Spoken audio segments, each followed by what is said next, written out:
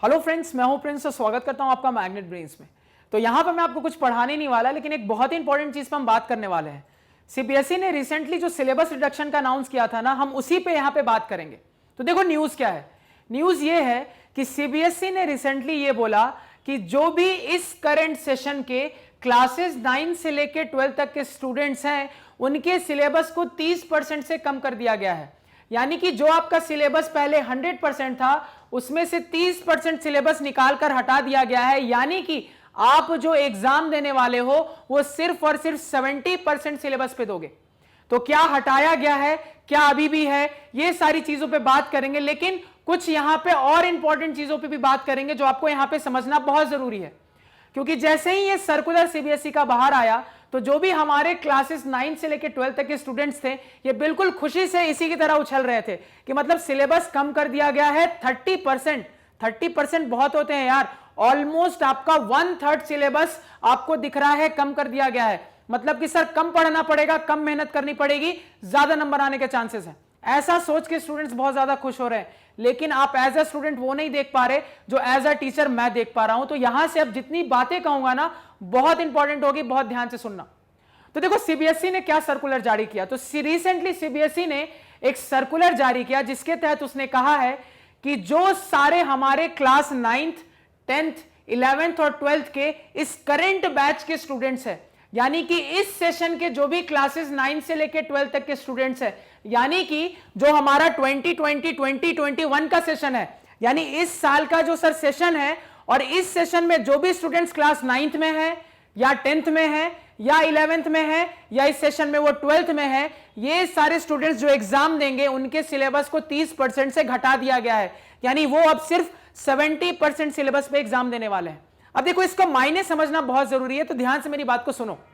सबसे पहले तो ये समझ लो कि ये जो आपके क्लासेस 9 से लेकर 12 तक के सिलेबस में 30% कम कर दिए गए हैं, ये चेंज एक टेम्पोररी चेंज है। ये चेंज सिर्फ और सिर्फ इस साल के लिए है, इस सेशन के लिए है। यानी कि इस सेशन के बाद चीजें नॉर्मल हो जाएंगी, ये चेंज कंटिन्यू नहीं रहेगा। यानी कि मान लो अभी कोई स्टूडेंट क्लास 9th में है, तो अगर वो स्टूडेंट क्लास 9th में है तो वो इस सेशन का स्टूडेंट है, सही बात है। अब ये जो 9th का स्टूडेंट अपना पेपर देगा ना, उस पेपर में इसका सिलेबस 30% कम कर दिया गया है। यानी ये अपना पेपर सिर्फ और सिर्फ 70% सिलेबस पे देगा। ये बात समझ में आई। लेकिन जब यही स्टूडेंट क्लास 9 से अगले साल क्लास 10th में जाएगा, तो वहां पे ऐसा नहीं है कि उसका सिलेबस भी 10%, आपका 30% से क्या हो जाएगा, कम कर दिया जाएगा। क्योंकि जैसे ही वो अब नेक्स्ट सेशन में चला जाएगा, उसके लिए वापिस से चीजें नॉर्मल हो जाएंगी। यानी वही पुराना सिलेबस जो पहले था वो कंटिन्यू होगा। तो ये समझना पहले बहुत जरूरी है कि ये चेंज एक टेम्पररी चेंज है, परमानेंट चेंज बिल्कुल नहीं है। यानी मान लो इसी तरीके से कोई स्टूडेंट इस सेशन में क्लास 10th में है, यानी इस साल क्लास 10th में है, यानी कि वो बोर्ड देने वाला है, तो उसके लिए आपका सिलेबस 30% से कम कर दिया गया। यानी वो सिर्फ और सिर्फ 70% सिलेबस पे हर सब्जेक्ट में अपना एग्जाम देगा। यानी कि यही स्टूडेंट पास होने के बाद जब क्लास 11th में जाएगा, तो ऐसा नहीं है कि क्लास 11th में भी इसका सिलेबस इसको 30% कम मिलेगा। अगेन क्या हो गया, जैसे ही वो सेशन चेंज हुआ, तो जैसे ही आप क्लास 11th में गए, अब आपके लिए चीजें वापस से नॉर्मल हो जाएंगी। आपको वही पुराने सिलेबस पे एग्जाम देना है। तो यहां पे पहले यह समझना बहुत जरूरी है कि आपका ये जो चेंज है, ये एक टेम्पररी चेंज है, परमानेंट चेंज नहीं है। ये चेंज ऑफ सिलेबस, ये 30% जो सिलेबस का रिडक्शन किया गया है, सिर्फ और सिर्फ इस सेशन के स्टूडेंट्स के लिए है। पहले यह समझना बहुत जरूरी है। यानी इस सेशन में जो भी 9 से लेकर 12 तक के स्टूडेंट्स हैं, उनके सिलेबस को घटाया गया है। क्लियर हो गया, यह बात समझ में आई। अब देखो यहां पे दूसरी बात करते हैं। तो सर हमें पता है कि कोई भी सब्जेक्ट हो, मैं जैसे मैथ्स का टीचर हूं, मैं किसी भी सब्जेक्ट को ओवरऑल लेता हूं, तो सर कई सारे हमारे ऐसे सब्जेक्ट होते हैं जिस सब्जेक्ट्स में सर टॉपिक्स इंटरलिंक्ड होते हैं। यानी किसी चैप्टर में मैंने कोई टॉपिक पढ़ा, उस टॉपिक को जब हम समझेंगे तभी हमें एक दूसरा टॉपिक समझ में आएगा, अब वो दूसरा टॉपिक समझेंगे तभी हमें तीसरा टॉपिक समझ में आएगा। इस तरीके से सर हर चैप्टर में चेंज चलती है, और मैथ्स और साइंस में तो ये बहुत ज्यादा होता है। इसी तरीके से सर ये भी होता है कि एक चैप्टर का कोई टॉपिक किसी दूसरे चैप्टर में कोरिलेट हो जाए, किसी दूसरे चैप्टर में इंटरलिंक्ड हो जाए। यानी मान लो मैंने मैथ्स में कोई टॉपिक किसी चैप्टर में पढ़ा, हो सकता है मैथ्स में ही आगे जाके किसी और चैप्टर में उसी टॉपिक का कंसेप्ट क्या हो जाए, रिपीट हो जाए, या उसी के बेसिस पे हम आगे बढ़ पाए। तो क्या समझ में आता है सर, स्पेशली मैथ्स और साइंस में ना टॉपिक की इंटरलिंकिंग बहुत होती है। तो देखो क्या हुआ, जैसे तुम्हारा सिलेबस 30% से कम कर दिया गया, तो अगर तुम्हारा सिलेबस 30% से कम कर दिया गया तो ऑब्वियस ही बात है हर चैप्टर से कुछ चीजें हटाई गई होंगी। अब हो सकता है कि किसी चैप्टर की कोई पर्टिकुलर टॉपिक को हटा दिया गया है, लेकिन बाकी सारे टॉपिक्स तो उस चैप्टर में है। हो सकता है कि किसी चैप्टर का जो टॉपिक आपका हटाया गया हो वो टॉपिक आगे जाके इंटरलिंक्ड हुआ है और वो चीज हटाई नहीं गई। तो ऐसा बहुत ज्यादा मैथ्स और साइंस में अकर होगा। इसी वजह से यहां पे हमें इस सिलेबस रिडक्शन की बारीकियों को जानना और समझना बहुत ज्यादा जरूरी है। तो एज अ मैथ्स टीचर यहां पे मैं फिलहाल सिर्फ और सिर्फ क्लास 10th के मैथ्स के सिलेबस रिडक्शन की बात करने वाला हूं। क्लियर हो गया? तो अब ध्यान से हर एक बात को सुनो। अब देखो यहां पे मैं आपको एक स्लाइड दिखा रहा हूं और इसके मतलब को समझने की कोशिश करो। तो सीबीएसई के एक ऑफिशियल ने कहा है कि the teachers should ensure that the deleted portions are explained to the students so that they can use it to connect to other topics the notification setup। देखो बहुत इंपॉर्टेंट बात बोली जो मैंने आपको कही कि मैंने आपको समझाया, स्पेशली जैसे मैं मैथ्स की बात कर रहा हूं। तो मान लो मैंने एग्जांपल के लिए यूक्लिड डिवीजन लेमा लिया। अब यूक्लिड डिवीजन लेमा आपके सिलेबस से हट गया, लेकिन आगे जाके जब पॉलिनोमियल में जाओगे ना तो यूक्लिड डिवीजन लेमा का एप्लीकेशन आपको दिखेगा जो सिलेबस से नहीं हटा है। तो क्या कहोगे सर, यूक्लिड डिवीजन लेमा नहीं पढ़े? आपको पढ़ना पड़ेगा। यही बात सीबीएसई के उस ऑफिशियल ने भी कही है कि कई बार ऐसा होगा कि आपके जो टॉपिक हटाए गए हैं उस टॉपिक को लिंक करते हुए आगे कुछ आ जाए जो सिलेबस में है और हटाया नहीं गया है। तो जब तक आप वो पुरानी चीज नहीं पढ़ोगे तो वो आगे आने वाली चीज आपको कैसे समझ में आएगी। इसी वजह से कई बार मैथ्स में मैं आपको आगे दिखाने वाला हूं, कई ऐसे टॉपिक्स होने वाले हैं जो टॉपिक्स आप पहले नहीं पढ़ोगे तो आगे की चीजें आपको क्लियर नहीं होंगी। इसलिए सिलेबस रिडक्शन के मायने स्पेशली मैथ्स के लिए बहुत ज्यादा बदल जाते हैं। बाकी सब्जेक्ट्स में तो नहीं कहूंगा, लेकिन मैथ्स में इस सिलेबस रिडक्शन का बहुत इंपॉर्टेंस है। इसे हमें ढंग से समझ के चलना बहुत जरूरी है। यह बात समझ में आई?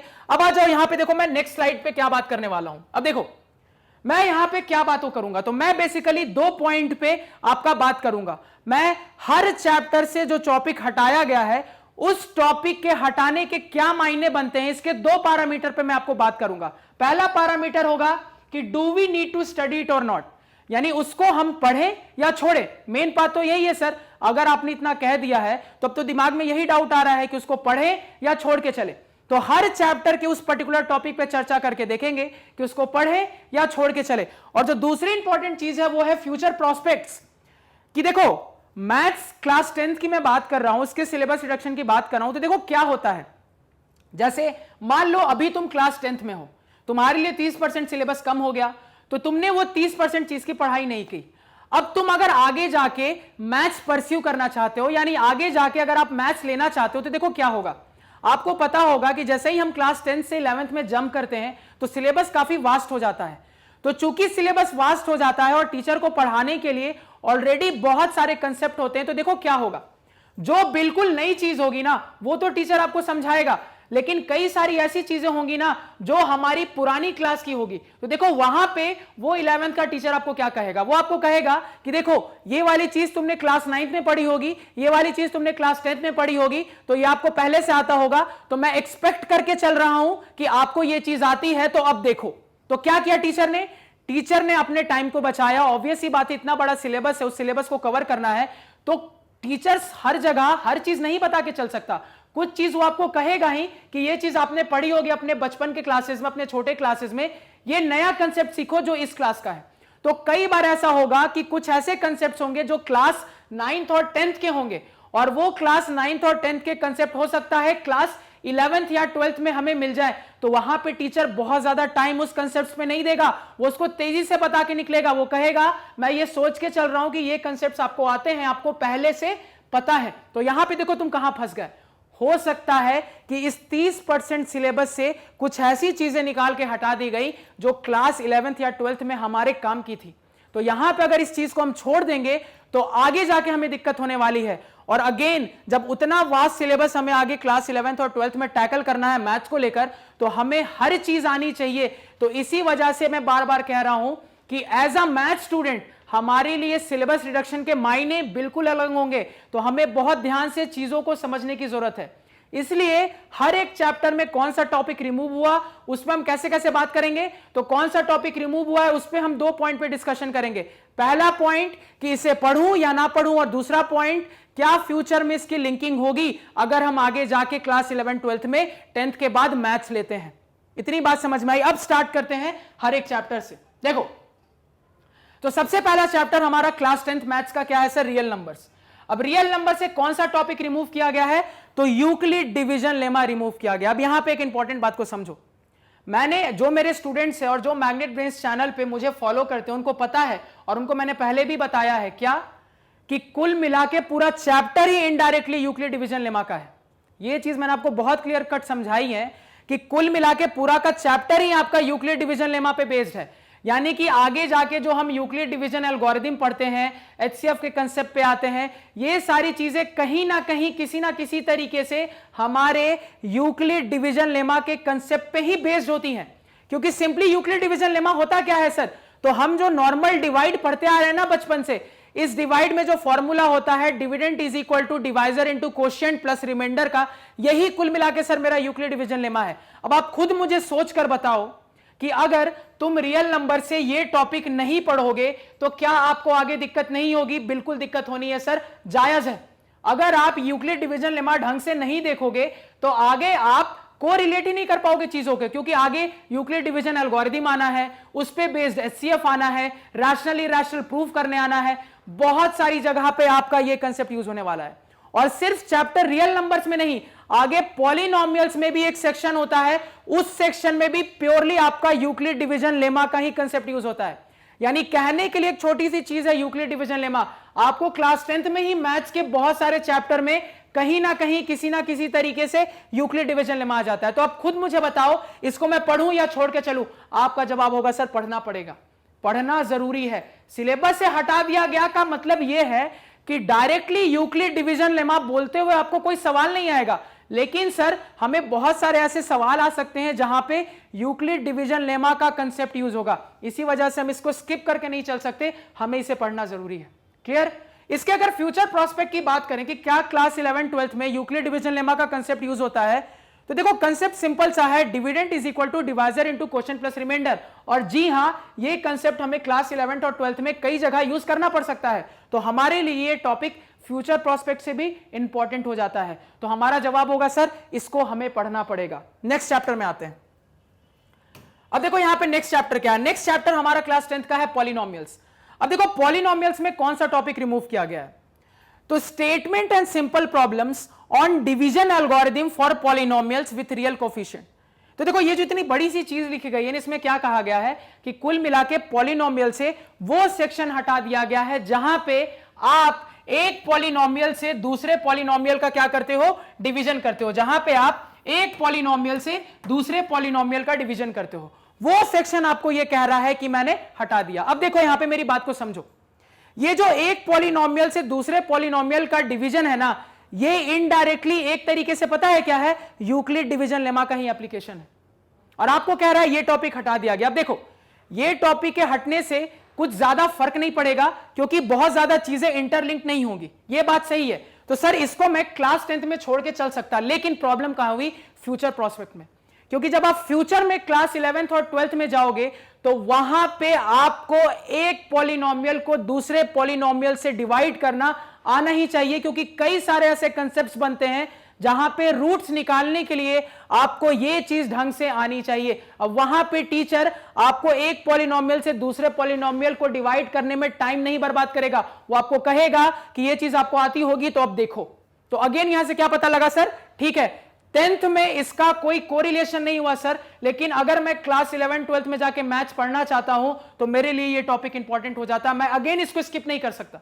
क्लियर हो गया? तो अब बिल्कुल आपकी मर्जी, आप डिसाइड कर सकते हो कि आपको क्लास 10th के बाद आगे मैथ्स लेके पढ़ना है या नहीं पढ़ना है। अगर क्लास 10th के बाद आगे मैथ्स लेके पढ़ना है तो आप इसको स्किप करके नहीं चल सकते, मैं यही कहूंगा। क्योंकि देखो जब मौका है उसी समय पढ़ के चलो, क्योंकि आगे जाके ऑलरेडी बहुत सारी नई चीजें पढ़नी होंगी। उसके साथ अगर कोई ये कह दे कि पुराना ये भी पढ़ो, अपने 9th 10th का ये भी पढ़ो, तो बड़ा खराब लगता है खुद में ही कि यार उसी समय पढ़ लेते तो अभी इतना झंझट नहीं होता। तो अभी पढ़ के चलो ना, क्यों झंझट रखना? क्लियर? नेक्स्ट चैप्टर पे आते हैं। अब देखो नेक्स्ट चैप्टर है मेरा pair of linear equations in two variables. अब यहां पे बात को सुनो, यहां से इस चैप्टर से आपका क्रॉस मल्टीप्लीकेशन मेथड रिमूव कर दिया गया है। अब इसके क्या मायने हैं सर? तो देखो ये बिल्कुल इंडिपेंडेंट टॉपिक है, अगर आप इसको क्लास 10th में नहीं पढ़ोगे तो कोई दिक्कत नहीं है, क्योंकि मुझे पता है सर मैं अपने लीनियर इक्वेशन को कई तरीके से सॉल्व कर सकता हूं, उसी में से एक तरीका क्रॉस मल्टीप्लीकेशन मेथड है। तो आप इसको बिल्कुल आराम से स्किप कर सकते हो, इसमें मैं भी कुछ नहीं बोलूंगा, आप इस टॉपिक को स्किप करके चल सकते हो, क्योंकि इसकी कोई ज्यादा इंटरलिंकिंग नहीं होनी है, इनफैक्ट कोई इंटरलिंकिंग नहीं होनी, बिल्कुल इंडिपेंडेंट टॉपिक है, तो you can skip this topic, आप इसको छोड़ के चल सकते हो। अगर इसके फ्यूचर प्रोस्पेक्ट की बात करें तो देखो आगे जाके जो लीनियर इक्वेशंस आपको सॉल्व करने होंगे ना क्लास 11 12th मैथ्स में, तो वहां पे बहुत ज्यादा क्रॉस मल्टीप्लीकेशन यूज नहीं होता है। आप बिना क्रॉस मल्टीप्लीकेशन का भी बड़े आसानी से कई तरीके होते हैं जिससे लीनियर इक्वेशन को सॉल्व कर सकते हो, तो फ्यूचर प्रोस्पेक्ट के हिसाब से भी बहुत ज्यादा इंपॉर्टेंट नहीं है। तो ओवरऑल अगर मैं कहूं तो आप इस टॉपिक को बिल्कुल आराम से स्किप कर सकते हो, कोई इश्यू नहीं है, ये एक हेल्दी चेंज है, मतलब इसके जाने से मुझे सर ज्यादा फर्क नहीं पड़ेगा। नेक्स्ट चैप्टर से आते हैं। अब देखो नेक्स्ट चैप्टर क्या है हमारा, क्वाड्रेटिक इक्वेशन वाला चैप्टर। अब इस चैप्टर से देखो कौन सा टॉपिक रिमूव किया गया है, तो situational problem based on equations reducible to quadratic equation. अब देखो यहां पे ना बहुत सारे स्टूडेंट को कंफ्यूजन है कि एक्चुअली रिमूव क्या किया गया और क्या है, तो ध्यान से जो कहूंगा उसको समझना। ये जो आपके यहां पे इस टाइप के प्रॉब्लम बनते हैं ना कि आपको एक क्वाड्रेटिक इक्वेशन लिख देता है के टर्म्स में और आपको कहता है के की वैल्यू बताओ अगर मेरे रूट्स रियल हैं, या के की वैल्यू लगाओ अगर मेरे रूट्स इक्वल हैं। तो ये टाइप के जो सवाल है ना, ये सवाल नहीं हटाए गए हैं सिलेबस से, ये सवाल है सिलेबस में। हटे कौन से सवाल है, तो ध्यान से पढ़ो, सिचुएशनल प्रॉब्लम्स। अब सिचुएशनल प्रॉब्लम्स का क्या मतलब है सर? अब एग्जांपल के लिए जब आप इस चैप्टर में आगे जाते हो ना तो आपको वर्ड प्रॉब्लम मिलते हैं। कौन से प्रॉब्लम? बिल्कुल ऐसे ही वर्ड प्रॉब्लम मिलते हैं जैसे एचसीएफ एलसीएम में मिलते थे, मतलब बिल्कुल कहानी की तरह वर्ड प्रॉब्लम। जैसे एग्जांपल के लिए समझ लो कि कोई बंदा राजू था, वो मार्केट गया और मान लो सर्टेन पैसे में कुछ सामान खरीद के लाया। अब सवाल आपको कहेगा कि अगर मान लो उतने ही पैसे में वो 3 सामान ज्यादा लेकर आता तो उसको 22 रुपए कम देने पड़ते, तो बताओ वो ओरिजिनली कितना सामान लेकर आया था। तो इस टाइप का जो वर्ड प्रॉब्लम क्रिएट होता है ना इस क्वाड्रेटिक से, ये हटा दिया गया। और अगेन ये एक हेल्दी चेंज है, क्योंकि सर ऑलरेडी हमारा दिमाग एचसीएफ एलसीएम के वर्ड प्रॉब्लम से परेशान रहता था, उसमें एक और टाइप का वर्ड प्रॉब्लम तो हमें बहुत ज्यादा इफेक्ट करता है। तो अगर ये चीज हट गई तो एक हेल्दी चेंज है, यानी कि आप इस टॉपिक को बिल्कुल स्किप करके चल सकते हो, कोई दिक्कत नहीं है। बहुत ही अच्छी चीज है, स्टूडेंट के दिमाग से एक बहुत ही बड़ा बर्डन हटा यहां से। क्लियर हो गया? तो यहां पे समझना, यही जो आपके वर्ड प्रॉब्लम बनते हैं ना क्वाड्रेटिक वाले, ये प्रॉपर सिचुएशन वाले जो वर्ड प्रॉब्लम हो गए। बात समझ में आ रही है कि बिल्कुल यहां पे क्लियर रहना कि किस टाइप का प्रॉब्लम हटा, किस टाइप का नहीं। तो जो एग्जांपल दिया वो एग्जांपल ध्यान में रखना कि इस टाइप का प्रॉब्लम हटाया गया है। तो जितने वर्ड प्रॉब्लम जिसके इतने बड़े बड़े कॉम्प्लेक्स सॉल्यूशन होते हैं, जिसमें प्रॉब्लम को हम पढ़ते हैं, कुछ वेरिएबल्स मानते हैं, वहां से क्वाड्रेटिक फॉर्म करते हैं, फिर सॉल्व करते हैं, वो प्रॉब्लम्स हटा दिए गए हैं। लेकिन ये सारे जो प्रॉब्लम्स थे जहां पे क्वाड्रेटिक इक्वेशन के टर्म्स में, अननोन के टर्म्स में दे दी जाती है और मुझे के की वैल्यू पूछी जाती है, जब रूट्स बोल दे रियल है, डिस्टिंक्ट है, एंड इस तरीके से जो भी सवाल बनते हैं, ये है सिलेबस में, ये नहीं हटा। इसको वर्ड प्रॉब्लम से कंफ्यूज मत करना। समझ में आ गया क्या हटा क्या नहीं? अगर इसके फ्यूचर प्रोस्पेक्ट की बात करूं तो देखो इस टॉपिक को अगर आप नहीं पढ़ोगे ना तो 11 12th में भी ज्यादा दिक्कत नहीं होगी, मैं आपको डायरेक्टली बता रहा हूं, बिल्कुल प्रॉब्लम नहीं होगी, इसके बिना भी बहुत ही स्मूथली आपका काम चलने वाला है। तो आप बिल्कुल इस टॉपिक को स्किप करके चल सकते हो। नेक्स्ट पे आते हैं। अब देखो नेक्स्ट चैप्टर है हमारा अर्थमेटिक प्रोग्रेशन, और अर्थमेटिक प्रोग्रेशन से देखो क्या हटाया गया है, यहां से application in solving daily life problems based on sum to n terms हटाया गया। अब इसका क्या मतलब है, ध्यान से समझो। अब बहुत सारे स्टूडेंट्स इसका मतलब समझ रहे हैं सर कि एपी में जो हम सम ऑफ एन टर्म्स निकालते हैं ना, एपी में जो सर हम सम ऑफ एन टर्म्स निकालते हैं ना, वो टॉपिक से हट गया है, ये स्टूडेंट समझ रहे हैं। बिल्कुल गलत बात है। एपी में अभी भी आपको सम टू एन टर्म्स का कंसेप्ट पढ़ना है। अभी भी एपी में ये जो फॉर्मूला होता है ना n/2 2a + n-1 × d, इस फॉर्मूले की पूरी इंपॉर्टेंस है और अभी भी आपको ये फॉर्मूला पढ़ना है, इससे रिलेटेड कंसेप्ट पढ़ने हैं। तो सर हटाया क्या गया, ध्यान से समझो। हटाया गया है ना daily life problem based sum to n terms. क्या मतलब है? तो सर हम अगर आगे जाएंगे ना एपी में तो हम क्या देखेंगे कि एपी में भी कुछ वर्ड प्रॉब्लम्स बनते हैं। अब देखो किस तरीके के वर्ड प्रॉब्लम्स, कौन से वर्ड प्रॉब्लम, ध्यान से समझना। जैसे सवाल कहेगा कि कोई रामू बंदा था, वो 1000 रुपए बैंक से लोन लेकर आता है, अब उस पर 5% की दर से हर साल इंटरेस्ट लगता है, तो बताओ 3 साल के बाद वो कितना इंटरेस्ट पे करेगा या 3 साल के बाद उसका अमाउंट क्या हो जाएगा। तो ये क्या बन गई, क्लियरली यहां पे दिख रहा है सर कि रेट इस तरीके से दी है कि मेरा एपी का कंसेप्ट लग रहा है और वहां पे भी सम ऑफ एन टर्म्स के एपी का कंसेप्ट लग रहा है। तो ऐसे सारे कंसेप्ट्स के जो सवाल है ना, यानी कि ऐसे सवाल जो बिल्कुल सिचुएशन क्रिएट करे रियल लाइफ की, क्या दिख रहा है यहां पे, application in solving daily life problems. तो बिल्कुल इस टाइप के रियल लाइफ के प्रॉब्लम्स ना, जहां पे सम ऑफ एन टर्म्स का फंडा लगे, यानी कि सम ऑफ एन टर्म्स वाले जो भी वर्ड प्रॉब्लम्स हैं, जैसा मैंने आपको एग्जांपल दिया, उस टाइप के जो भी वर्ड प्रॉब्लम्स बनेंगे ना, वो एग्जाम में नहीं आएंगे, लेकिन आपको सम ऑफ एन टर्म्स के कंसेप्ट पे बेस्ड नॉर्मल सवाल आ सकता है। यानी एग्जांपल के लिए समझो, आपको कहेगा find the sum of first and natural numbers. अब ये एक वर्ड प्रॉब्लम नहीं है, ये कोई रियल लाइफ सिचुएशन प्रॉब्लम नहीं है, ये बिल्कुल आपके एग्जाम में आ सकता है। आपको कहते हैं find the sum of first and even numbers, again AP का कंसेप्ट है और वहां पे भी सम ऑफ एन टर्म्स के एपी का कंसेप्ट है, तो ये भी आपके एग्जाम में आ सकता है। बस वो जो पूरे सिचुएशन वाले प्रॉब्लम बनते हैं ना, पूरे जो बड़े वर्ड प्रॉब्लम बनते हैं जहां पे सम ऑफ टर्म्स ऑफ एपी का कंसेप्ट लगता है, वो नहीं आएगा। ये जितने इस टाइप के सवाल बनेंगे ना कि ठीक है पहले 10 नेचुरल नंबर के लिए, पहले 10 इवन नंबर के लिए, ये जो इस टाइप के सवाल बनेंगे ना सम वाले, वो आएंगे, और नॉर्मल जो सम वाले छोटे छोटे मेरे सवाल बनते थे वो तो आएंगे ही आएंगे। तो बिल्कुल क्लियर रहना, सम ऑफ एन टर्म्स नहीं हटा है, उस पे बेस्ड जो बड़े बड़े वर्ड प्रॉब्लम, सिचुएशन वाले वर्ड प्रॉब्लम, जैसे इंटरेस्ट का सवाल आपको बताया, इस टाइप की चीजें हटी हैं। क्लियर हुआ? नेक्स्ट पे आते हैं। अब यहां पे देखो, नेक्स्ट चैप्टर है हमारा कोऑर्डिनेट ज्योमेट्री, और यहां से कहा गया है एरिया ऑफ ट्रायंगल। अब इसको फिर से समझने की कोशिश करो। अब देखो ये काफी एम्बिगुअस लगता है, तो यहां पे जो बातें कहूंगा वो ध्यान से सुनना।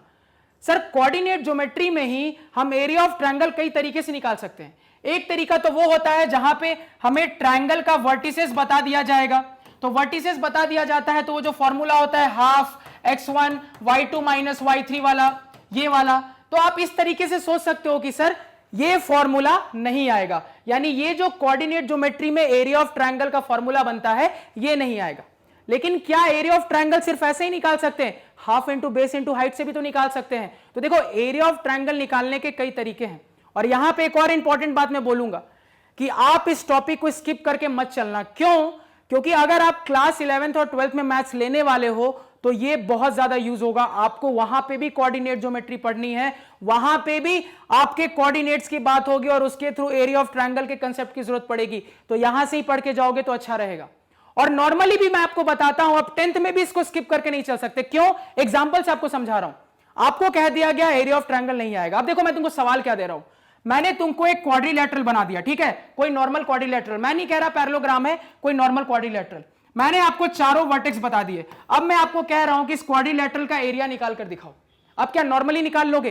कैसे बनाते इस सवाल को? सर डायगोनल ज्वाइन कर देंगे, क्लियरली दिख रहा है एक क्वाड्रिलेटरल दो ट्रायंगल से मिलकर बना होता है, तो अगर मैं दोनों ट्रायंगल का एरिया निकाल के ऐड कर दूंगा तो क्वाड्रिलेटरल का एरिया आ जाएगा। तो कुछ समझ में आया कि आपको ठीक है कह दिया गया कि एरिया ऑफ ट्रायंगल आपको नहीं आ रहा है सिलेबस में, लेकिन इससे बेस्ड सवाल बनते हैं, ये कंसेप्ट इंपॉर्टेंट। तो अगेन आप इसको 10th में भी स्किप करके नहीं चल सकते। तो अगेन आपको ये चीज पूरी पढ़नी पड़ेगी। अभी तो इंपॉर्टेंट है ही, आगे जाओगे तो बहुत ज्यादा इंपॉर्टेंट है। ये बात समझ में आई? इसको स्किप नहीं करना है। नेक्स्ट में आ जाओ। नेक्स्ट चैप्टर देखो क्या है, तो नेक्स्ट चैप्टर है मेरा ट्रायंगल्स। अब देखो यहां पे ध्यान से समझना, ट्रायंगल्स में से आपके दो प्रूफ हटा दिए गए हैं। पहला प्रूफ है the ratio of areas of two similar triangles, यानी ये जो टू सिमिलर ट्रायंगल्स का एरिया का रेशियो वाला प्रूफ था वो हटा दिया गया, और आपका square on one side is equal to the sum of squares of the other two sides, ये दोनों प्रूफ हटा दिए गए। अब यहां पे मेरी बात को ध्यान से सुनना, ट्रायंगल चैप्टर अपने आप में बहुत इंपॉर्टेंट चैप्टर है, और इस चैप्टर से सिर्फ और सिर्फ ये दो प्रूफ हटाए गए हैं। अब प्रूफ हटाने का यह मतलब नहीं है कि इस कंसेप्ट पे बेस्ड, प्रूफ हटाने का यह मतलब नहीं है कि इस कंसेप्ट पे बेस्ड आपको एग्जाम में सवाल नहीं पूछे जा सकते। यह बहुत इंपॉर्टेंट है, क्योंकि सवाल ने क्लियरली मेंशन किया है कि आपके एग्जाम से इन थ्योरम का प्रूफ डिलीट किया गया है, इस पे बेस्ड सवाल डिलीट किए गए हैं। इसके बारे में कुछ लिखा है क्या? मैं तो नहीं पढ़ पा रहा। तो यह चीज इंपॉर्टेंट है। तो प्रूफ करने नहीं आएगा, लेकिन जो प्रूफ निकल के आता है ना, वो सवाल में हमें अप्लाई होता हुआ दिख सकता है। तो अगेन हमें प्रूफ जानना इंपॉर्टेंट नहीं है, लेकिन ये प्रूफ का सवाल में एप्लीकेशन इंपॉर्टेंट है। तो हम सवाल में इस प्रूफ का एप्लीकेशन देखते हुए चलेंगे, ये समझ लेना। तो इसका प्रूव नहीं पढ़ेंगे सर, लेकिन सवाल में एप्लीकेशन के तौर पे ये पूछा जा सकता है, तो उस पॉइंट ऑफ व्यू से हम इसको स्किप नहीं कर सकते। क्लियर हो गया। और फ्यूचर प्रोस्पेक्ट से भी ये जो एप्लीकेशन होता है ना दोनों प्रूफ का, बहुत इंपॉर्टेंट होता है क्लास 11 12 के पॉइंट ऑफ व्यू से भी। आगे देखते हैं, आगे क्या है, circle no deletion. Circle chapter से कुछ भी आपका नहीं हटाया गया। नेक्स्ट देख लेते हैं क्या है सर। नेक्स्ट है कंस्ट्रक्शन। अब देखो कंस्ट्रक्शन ऑलरेडी बहुत ही ज्यादा, आपको क्या कहोगे, टियरसम होता है। कंस्ट्रक्शन किसी को करने का मन नहीं करता, तो कंस्ट्रक्शन से कुछ भी हट जाए ना तो हमारे लिए एडवांटेज है। अब सिंपल बात कहूं, 11 12 में एज सच कोई ज्यादा यूज आता नहीं कंस्ट्रक्शन का, तो अच्छी बात है ये हट गया, क्योंकि इसको बनाने में बहुत टाइम लगता था। एक ट्रायंगल को देख के सिमिलर ट्रायंगल जो हम कंस्ट्रक्शन में कंस्ट्रक्ट करते थे, तो ये एक हेल्दी चेंज है। इसको आप बिल्कुल स्किप करके चलो, कोई नहीं रोक रहा, इसका कोई लिंकिंग नहीं है, कोई इंपॉर्टेंस नहीं, आप इसको बिल्कुल छोड़ के चल सकते हो। नेक्स्ट पे आ जाओ। नेक्स्ट चैप्टर है हमारा introduction to trigonometry.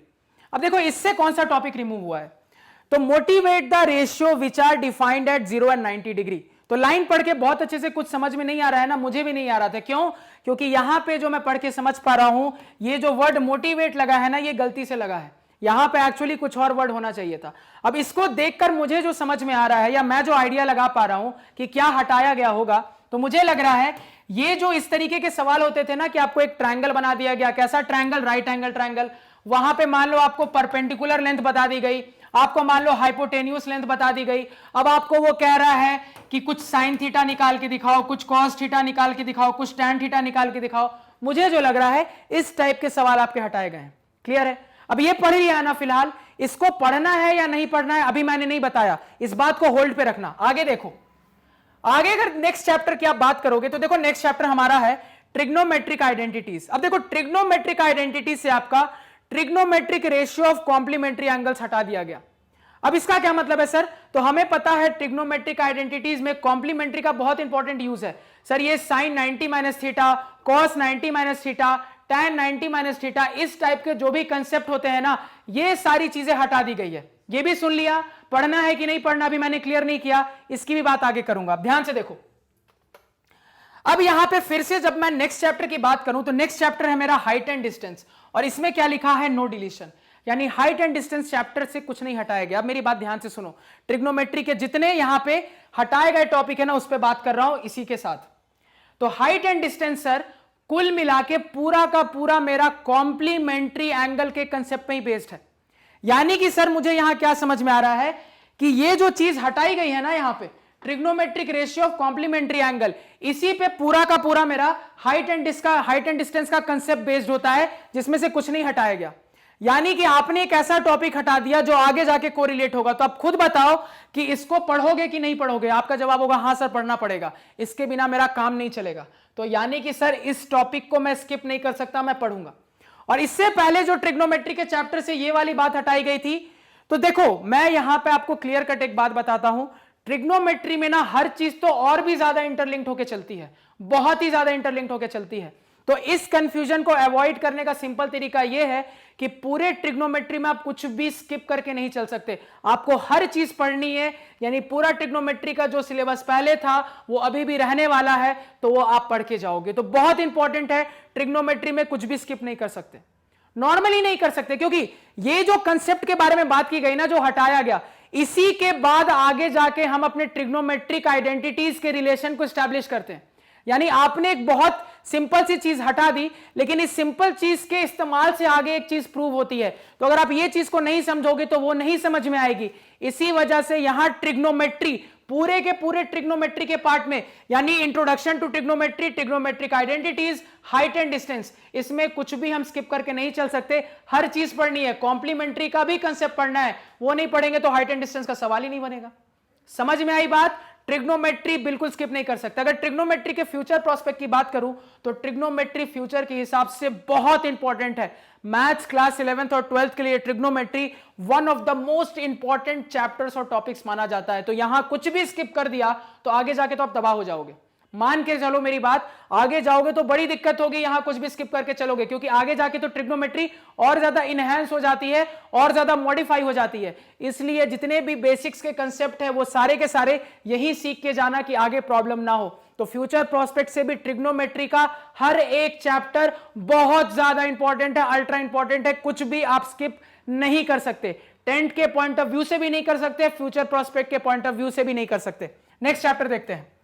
Next chapter क्या है देखो मेरा, तो नेक्स्ट चैप्टर है मेरा यहां पे एरिया रिलेटेड टू सर्कल्स। अब इससे हटाया गया है problems on central angle of 120 degree, यानी कि कहीं पे भी एरिया रिलेटेड टू सर्कल में जो इस टाइप के सवाल बनते थे ना, जहां पे इस तरीके से 120 डिग्री एंगल के लिए हमें कुछ सेक्टर के एरिया या सेगमेंट के एरिया, इस कंडीशन में एरिया की बात की जाती थी ना, तो सिर्फ और सिर्फ वो पर्टिकुलर सेक्शन हटाया गया है। अब यहां पे मेरी बात को थोड़ा ध्यान से सुनने और समझने की कोशिश करो। इस चीज के हट जाने से कुछ फर्क पड़ेगा क्या? मुझे नहीं पड़ेगा। क्यों फर्क नहीं पड़ेगा सर? एक तो ये रीजन सबसे पहला इसलिए है क्योंकि सर हम नॉर्मली अपने सर्कल में एक पर्टिकुलर सेक्शन थीटा का एरिया किसी भी कंडीशन में, चाहे वो सेक्टर के लिए हो, चाहे वो सेगमेंट के लिए हो, किसी भी तरीके से हो, हम निकालना जानते हैं और वो चीज हटाई नहीं गई है। अब ये एंगल स्पेशली 120 हो या ना हो फर्क नहीं पड़ता है सर, क्योंकि ये बेसिक कंसेप्ट अभी भी सिलेबस में है जो मेरे काम का है, तो वो हटाया नहीं गया है। तो ये चीज की स्पेशली इस तरीके से हट जाने से हमें कुछ एरिया रिलेटेड टू सर्कल में बहुत ज्यादा फर्क नहीं पड़ने वाला। तो हटे या ना पटे सर, हमारे पढ़ाई में इस चैप्टर के कंसेप्ट में कोई फर्क नहीं पड़ेगा, क्योंकि मेनली हमारा कंसेप्ट यहां से आता है। नॉर्मली थीटा के लिए डिफाइंड है, एंगल कुछ भी हो, I don't give a dam. Clear? किसी को कोई इसमें परेशानी? और नॉर्मली भी आगे जाके आपको फ्यूचर प्रोस्पेक्ट में सर्कल के एरिया की बात करनी पड़ती है, कई बार करनी पड़ती है, तो उस पॉइंट ऑफ व्यू से भी आप इसको स्किप करके नहीं चल सकते, क्योंकि देखो नॉर्मली थीटा के लिए पता है तो स्पेशली एंगल कुछ भी बने हमें फर्क नहीं पड़ता। ये बात क्लियर है? इसमें किसी को कोई डाउट नहीं होना चाहिए। तो अगेन सर, इसके हटने या रहने से कोई फर्क नहीं पड़ता है, क्योंकि नॉर्मली थीटा के लिए हम सारी कंडीशंस जानते हैं।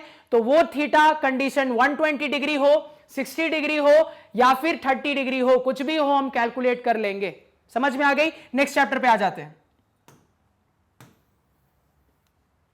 अब देखो यहां पे नेक्स्ट चैप्टर क्या है, तो sir surface area and volume, और इससे फ्रस्टम ऑफ कोन हटा दिया गया। तो देखो ये मैं हेल्दी चेंज कहूंगा, क्योंकि आगे जाके जो भी हम कंसेप्ट पढ़ते हैं ना, वहां पे फ्रस्टम ऑफ कोन रेयरली आता है, बहुत रेयरली आता है। मान के चले आप बात को, फ्रस्टम ऑफ कोन आगे जाके फ्यूचर प्रोस्पेक्ट से भी बहुत रेयरली आता है। और चूंकि सरफेस एरिया एंड वॉल्यूम का बिल्कुल लास्ट का टॉपिक है, तो यहां से समझ में आता है सर कि इसका कोई इंटर रिलेशन नहीं है, कोई लिंकिंग नहीं बनती है। यानी कि sir surface area and volume में जो फ्रस्टम ऑफ कोन का टॉपिक होता है ना, बिल्कुल चैप्टर के एंड में होता है। और ये एक ऐसा टॉपिक है ना जो नॉर्मली बोर्ड एग्जाम में आता भी था ना, तो रेगुलरली नहीं पूछा जाता था, हर 2 साल के गैप पे इस तरीके से पूछा जाता था। तो वहीं से आपको समझ में आता है कितना ज्यादा इंपॉर्टेंट टॉपिक भी नहीं था, बहुत पहले भी नहीं था। लास्ट सेशन के स्टूडेंट्स को मैंने बताया भी था कि आपके एग्जाम में नहीं आएगा, और नहीं आया था। क्लियर हो गया?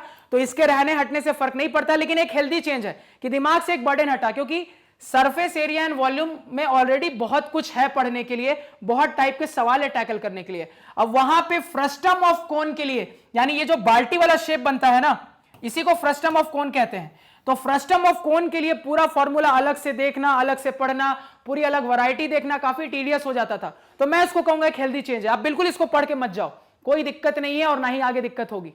समझ में आ गई बात? नेक्स्ट चैप्टर को देखते हैं यहां पे। अब देखो यहां पे नेक्स्ट चैप्टर क्या है आपका, नेक्स्ट चैप्टर है आपका स्टैटिस्टिक्स। अब देखो स्टैटिस्टिक्स में आपका step deviation method for finding the mean, यानी मीन फाइंड करने के सर कई सारे तरीके होते हैं, उसमें से एक तरीका होता है स्टेप डेविएशन मेथड। एक लेंदी प्रोसीजर होता है, हट गया अच्छी बात हुई, बहुत अच्छी बात हुई, हट गया, मैं तो यही कहूंगा बहुत अच्छी बात। आगे जाके कुछ खास लिंकिंग नहीं होनी इसके 11th-12th में। क्लियर हो गया? नहीं पढ़ के जाओ, बिंदास होकर इसको मत पढ़ो, कोई प्रॉब्लम नहीं है। नेक्स्ट टॉपिक क्या है? Cumulative frequency graph. अगेन एक टीडियस काम है इस ग्राफ को प्लॉट करना, हट गया अच्छी बात हुई। आगे जाके कोई फ्यूचर प्रोस्पेक्ट बनता है सर? कुछ खास नहीं, नहीं पढ़ोगे चल जाएगा, कोई प्रॉब्लम नहीं है। आप ये दोनों टॉपिक को बड़े आराम से स्टैटिस्टिक्स में छोड़ के चल सकते हो, इसको पढ़ने की कोई आवश्यकता नहीं है। नेक्स्ट देख लेते हैं क्या है सर, अब बिल्कुल हम एंड पे हैं। तो यहां पे सर जो नेक्स्ट टॉपिक है वो फाइनली हमारा है प्रोबेबिलिटी, जिसमें से नो डिलीशन। तो प्रोबेबिलिटी पूरी की पूरी हमें पढ़नी है, ये बात समझ में आ गई? अब देखो यहां पे, तो यहां पे कुल मिला के बहुत ही कॉम्प्रिहेंसिव वे में और बिल्कुल तरीके से बहुत ज्यादा एनालिसिस करने के बाद ही ये लेक्चर मैं आपके लिए लेके आया हूं, ताकि आपके दिमाग में कोई कंफ्यूजन ना रहे, बिल्कुल आप क्लियर रहो कि मतलब सर ने जो कहा है उस हिसाब से क्या पढ़ना है क्या नहीं पढ़ना है। और इसलिए मैंने इस तरीके से इसको डिवाइड करके बताया कि कुछ स्टूडेंट्स होंगे जो 10th के बाद मैथ्स नहीं लेंगे, कुछ स्टूडेंट होंगे जो 10th के बाद मैथ्स लेंगे। तो दोनों चीजों को मैंने इसलिए कोरिलेट कर दिया कि अगर आप आगे जाके मैथ्स लेना चाहते हो तब आपके लिए इंपॉर्टेंट बनता है या नहीं है। Normally 10th point of view से भी बताऊं तो चैप्टर की या टॉपिक की इंटरलिंकिंग हो रही है या नहीं है, तो बहुत अच्छे से कॉम्प्रिहेंसिव वे में हर चैप्टर के आपके प्रिस्क्राइब्ड हटे हुए सिलेबस पे हमने बात कर ली और हमने समझा कि हमें पढ़ना है या नहीं पढ़ना है। तो अगर आप क्लास 10th के बाद आगे मैथ्स नहीं लेना चाहते हो तो भी आपके सारे डाउट्स यहां क्लियर हो जाने चाहिए, और अगर आप आगे जाके मैथ्स लेना चाहते हो तो भी वो सारे डाउट्स यहां पे आपके क्लियर हो जाने चाहिए। और अगेन यहां पे ये वाली स्लाइड में रिपीट करूंगा जो कि बहुत इंपॉर्टेंट है कि देखो सीबीएसई ने अपने सर्कुलर में बार बार कहा है कि हाउसोएवर teacher should ensure that the deleted portions are explained to the students so that they can use it to connect to other topics। तो वो भी जानता था कि कुछ टॉपिक्स मुझे ऐसे हटाने पड़ रहे हैं जिनका यूज होगा कंसेप्ट के इंटरलिंकिंग में, इसी वजह से आप वैसे टॉपिक्स को स्किप नहीं कर सकते। और ये कह भी रहा है कि टीचर ऐसे टॉपिक्स को पढ़ा के चलेंगे क्योंकि वो कंसेप्ट्स आगे जाके इंटरलिंक्ड होने वाले हैं। लेकिन आगे जाके एक और बात कही उसने, क्या कहा सर? उसने कहा the reduced syllabus will not be the part of the topics for the internal assessment and year end board examination। यानी कि जैसा मैंने आपको समझाया कि जो टॉपिक्स आपको कह दिया गया है ना हट गए हैं, ये बात बिल्कुल दिमाग में बिठा लेना, जो टॉपिक्स आपको कह दिया गया है ना हट गए हैं वो इंटरलिंक्ड हो सकते हैं, इसी वजह से आपको पढ़ना जरूरी है। लेकिन डायरेक्टली उस टॉपिक पे बेस्ड सवाल आपको पेपर में नहीं मिलेंगे, ये बात ध्यान में रखना कि डायरेक्टली उस टॉपिक पे बेस्ड आपको सवाल नहीं मिलेंगे, इनडायरेक्टली मिल सकते हैं। इनडायरेक्टली के बारे में कुछ नहीं कहा गया क्योंकि क्लियरली मेंशन्ड है कि इंटरलिंकिंग हुई है टॉपिक की, कुछ टॉपिक्स ऐसे हटाए गए हैं जो इंटरलिंक्ड होंगे, इसी वजह से टीचर को सब कुछ पढ़ा के चलना है, वो स्किप नहीं कर सकता। समझ में आया? तो आई होप इस लेक्चर के साथ, इस सेशन के साथ आपके स्पेशली क्लास 10 के, क्योंकि वो बोर्ड एग्जाम देने वाले हैं, बहुत सारे डाउट्स क्लियर हुए होंगे कि क्या पढ़ के जाएं, क्या पढ़ के ना जाएं। तो आप किसी भी फोकस से स्टूडेंट हो, मतलब आप आगे जाके 10th में मैथ्स लोगे या नहीं लोगे, दोनों ही केस में आपके सारे कंफ्यूजन को यहां पे मैंने क्लियर करने की कोशिश की गई है। क्योंकि देखो 10th में ऑलरेडी एक स्टूडेंट काफी ज्यादा डरा सहमा सा होता है क्योंकि उसको बोर्ड एग्जाम लाइफ में पहली बार कोई बड़ा एग्जाम फेस करना होता है, और उस कंडीशन में जब अचानक से हम कोई ऐसा चेंज सुनते हैं ना तो बहुत ज्यादा, मतलब जो कहते हैं ना, बहुत ज्यादा एंशियस और क्यूरियस एक ही समय में हो जाते हैं। एक ही समय में डर भी लगता है और एक ही समय एक्साइटमेंट भी लगती है। तो वो सारी चीजों से यहां पे हमें बहुत अच्छे से समझ में आया कि हमारा क्या टारगेट है, किस तरीके से हमारी स्ट्रैटेजी होनी चाहिए और किस तरीके से हमें पढ़ाई करनी है, वो हर चीजें यहां पे हमने क्लियर की। तो अगेन इस सेशन को यहां पे एंड करते हैं। नेक्स्ट लेक्चर जो आएगा यहां पे मैं आपके क्लास 12th के स्टूडेंट्स की बात करूंगा, ठीक है? उसके बाद क्लास 9th, फिर क्लास 10th। तो इस लेक्चर को यहीं पे एंड करते हूं। मैं आपका मैग्नेट ब्रेन्स का मैथ्स का फैकल्टी प्रिंस। Thank you.